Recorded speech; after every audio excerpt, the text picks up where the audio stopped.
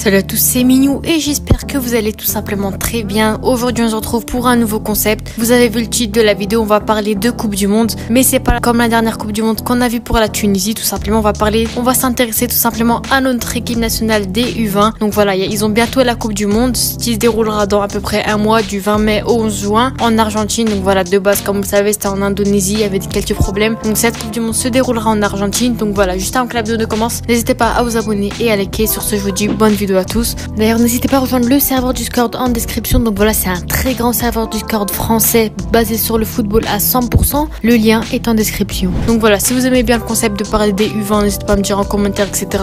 Et au contraire, si vous aimez pas, dites-le moi aussi que je sache pour voir à peu près mes prochaines vidéos sur quoi elles vont se baser, parce que je vais beaucoup parler quand même des U20 et de leur prochaine Coupe du Monde. Donc voilà, pour récapituler un petit peu le truc, il y a 4 pays africains qui ont réussi à se qualifier pour cette Coupe du Monde: le Sénégal, le Nigeria, la Gambie et bien sûr la Tunisie. Donc voilà, 4 pays se sont qualifiés, c'est tout simplement ceux qui sont passés en demi-finale et en finale de la dernière Coupe d'Afrique. Tout simplement, ils méritent leur place. Et maintenant on va voir un petit peu, analyser un petit peu la poule de la Tunisie, tout simplement analyser d'un autre côté aussi notre effectif qui pourrait faire face aux équipes, et bien sûr à la fin mon avis personnel. Donc voilà, la Tunisie elle est pas tombée dans un groupe très simple et pas du tout dans le meilleur groupe non plus, avec l'Irak, l'Angleterre, l'Uruguay et bien entendu la Tunisie. Donc voilà, ça reste des équipes assez bonnes et assez compliquées quand même à battre dans cette Coupe du Monde. Déjà on a l'Uruguay qui est arrivé deuxième il me semble à la dernière Copa América en 2023, juste après le Brésil. Donc voilà, ça reste une très bonne performance, ils ont de très bons attaquants, notamment très bons buteurs avec une bonne percussion, finition, etc. On a notamment Alvaro Rodriguez, le jeune attaquant du Real Madrid par exemple, et on a plein d'autres. Donc voilà, de très bons joueurs qui ont de l'expérience, qui pourraient apporter quelque chose, surtout offensivement, même si je pense que défensivement et au milieu ça reste intéressant aussi. Ils ont une équipe très dangereuse et ils font partie de ses favoris dans ce groupe là. Donc perso, l'Uruguay ça va être très compliqué à battre,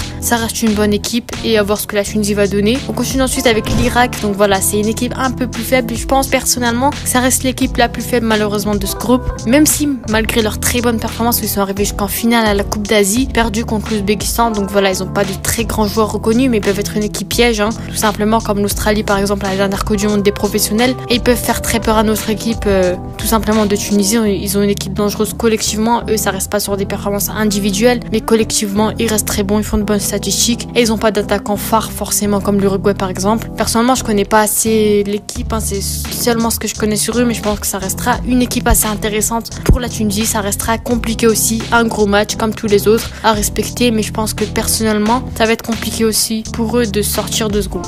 Et bien sûr le dernier de ce groupe, l'Angleterre, qui reste pour moi l'équipe favorite du groupe, qui finira numéro 1 au vu de leur incroyable effectif. Ils ont vraiment une équipe de fous furieux, un incroyable effectif avec tous les meilleurs potentiels, avec des joueurs de la Juve, de Chelsea, de Liverpool, ça rigole vraiment pas dans leur équipe. Donc voilà, on l'a aussi vu dans leur dernière performance, tout simplement ils perdent aucun match depuis 2023, tout simplement ils ont perdu aucun match quasiment. Donc voilà, ça reste vraiment l'équipe la plus dangereuse de ce groupe pour moi. Ça va être très compliqué pour la Tunisie. Pour moi ça reste l'adversaire le plus compliqué pour la Tunisie, même si les autres ça va être compliqué aussi. Rien n'est impossible, à voir ce que la Tunisie pourra donner dans ce match là et dans ces matchs de poule tout simplement. Et pour ça on va analyser tout simplement notre effectif pour cette Coupe du Monde U20. Donc voilà, la liste elle a pas encore été dévoilée, mais je pourrais vous donner quelques noms que je suis quasiment sûr qu'ils pourront participer. Donc voilà, je pense déjà que la majorité des joueurs seront ceux qui ont joué la dernière Coupe d'Afrique récemment, mais on aura une surprise, potentiellement Hannibal Mejbri qui a tout juste 20 ans, si tout se passe bien Inch'Allah pourra venir aider la Tunisie pour cette Coupe du Monde U20. À voir maintenant comment Birmingham, Manchester, etc. ils vont gérer ça, à voir les accords avec son agent, etc. Mais normalement si tout se passe bien Inch'Allah, Hannibal Mejbri pourra venir aider notre équipe de Tunisie pour cette Coupe du Monde tout simplement.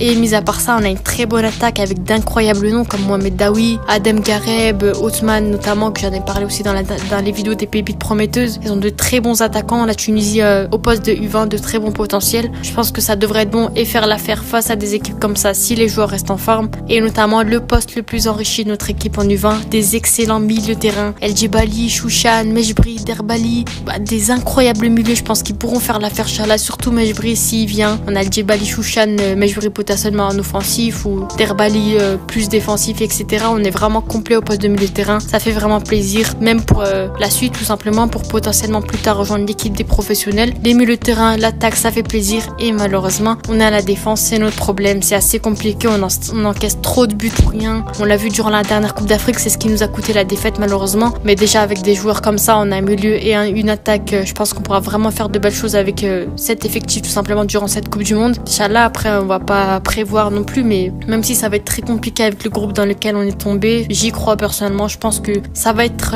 compliqué, je sais, mais si les joueurs ils se donnent à fond, etc., je pense que Inch'Allah tout se passera bien avec un bon effectif. Si personne se blesse, si personne est en mauvaise santé, etc., pas bien mentalement, physiquement, si tout se passe bien, normalement ça devrait être bon, Inch'Allah. Et bien sûr, je vais vous donner mon avis personnel sur ce groupe, sur toute la Coupe du Monde en général, un petit peu l'effectif, un petit peu de tout ce que j'ai parlé un petit peu avant. Donc voilà, j'ai fait un petit pronostic, c'est ce que je pense bien sûr. C'est les choses que je pense le plus, le meilleur pronostic pour moi. N'hésitez pas à donner le vôtre en commentaire, bien entendu, je suis assez curieuse de le savoir. Donc bien sûr, le premier, j'aurais dit l'Angleterre, qui reste le favori de ce groupe, l'une des meilleures équipes au monde. Ils mériteraient leur place. Et en deuxième, c'est là où tout va se jouer. Je pense que ça jouera entre l'Uruguay ou la Tunisie, même si je pense que l'Uruguay est un petit peu plus favorisé et un peu plus ses chances, certes, mais je pense que la Tunisie, si elle se bat vraiment, je pense que ce sera largement faisable. Ça, tout va se jouer entre le match des deux. En troisième, bien sûr, la Tunisie ou l'Uruguay, même si je pense que ce sera plus la Tunisie. Et en quatrième, l'Irak. Je les sous-estime pas du tout. Je sais que ça reste une très bonne équipe, mais pour moi, malheureusement, ça va être très compliqué pour eux de s'en sortir dans ce groupe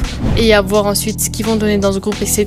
Donc voilà, niveau attaque et milieu, comme je l'ai dit juste avant, je suis assez sereine, surtout si on a Hannibal Mejbri en plus de ça, il pourra apporter son expérience, notamment de la dernière Coupe du Monde, avec les professionnels tout simplement, où il a fait une assez bonne Coupe du Monde, même s'il n'avait pas énormément de temps de jeu. La défense, malheureusement, elle est encore faible, encore une fois, je le répète, mais je pense que malheureusement, si on a des problèmes, c'est ce qui va nous coûter l'élimination, si jamais malheureusement on ne fait pas un bon parcours dans cette Coupe du Monde. Je pense que ce sera largement faisable, mais il faudra vraiment tout donner, etc. En plus de ça, on a un nouveau coach, Selimi, il a été viré après une mauvaise performance en CAN. Malheureusement, il n'a pas forcément fait l'affaire, malgré qu'il soit arrivé jusqu'en demi-finale. Qui dit nouveau coach?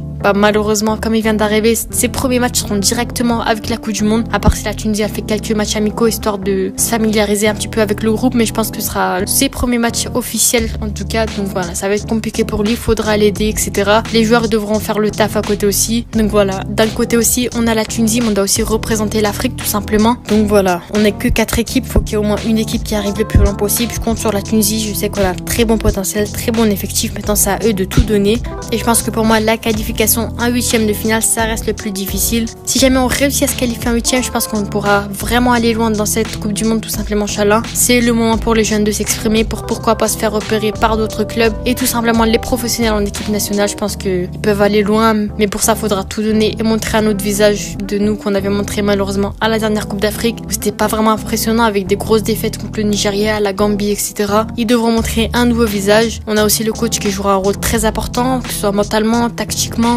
bref, tous les changements, etc., les compositions, etc.